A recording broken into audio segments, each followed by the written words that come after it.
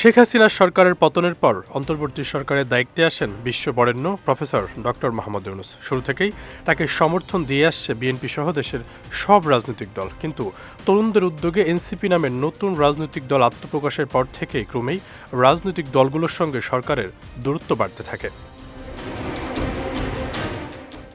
উপদেষ্টার পদ থেকে সরে এসে তরুণদের নতুন দলের দায়িত্বে আসেন অভ্যুত্থানের নেতৃত্বদানকারী নাহিদ ইসলাম। নতুন দলের পক্ষ থেকে নাহিদ গণপরিষদ নির্বাচন ও বাংলাদেশের সংবিধান নতুন করে লেখার দাবি জোরালো করেন। এরপর থেকেই রাজনৈতিক দলগুলোর মধ্যে মতনৈক্য শুরু হয়। নতুন সংবিধান ও গণপরিষদ নির্বাচনে কোনো রাজনৈতিক দলের সমর্থন থাকলেও বিএনপি সহ অধিকাংশ দলের ঘোর বিরোধী। দলগুলোর মতে নির্বাচনকে বিলম্ব করতে এনসিপি সহ কিছু দলের নেতারা এসব দাবি তুলছেন।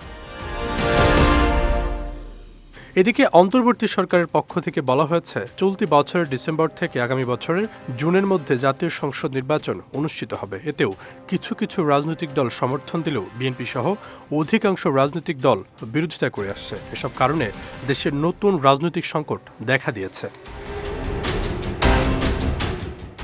চলমান রাজনৈতিক সংকটের মধ্যেই 17 মে খুলনার সার্কিট হাউস ময়দানে খুলনা ও বরিশাল বিভাগীয় তারুণ্যের রাজনৈতিক অধিকার প্রতিষ্ঠার সমাবেশে প্রধান অতিথির বক্তব্যে বিএনপির স্থায়ী কমিটির সদস্য সালাউদ্দিন আহমেদ বলেন, নির্বাচনমুখী যে সমস্ত জরুরি সংস্কার দরকার সে সমস্ত জরুরি সংস্কার বাস্তবায়ন করে ডিসেম্বরের মধ্যে জাতীয় নির্বাচন দিতে হবে।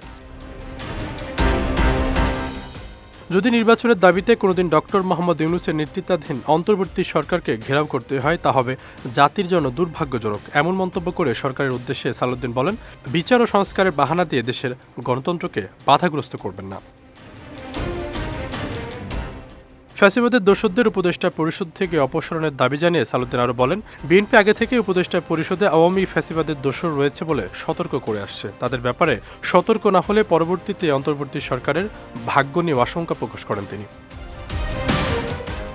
আশরাফুল ইসলাম, বিজয় টিভি, ঢাকা।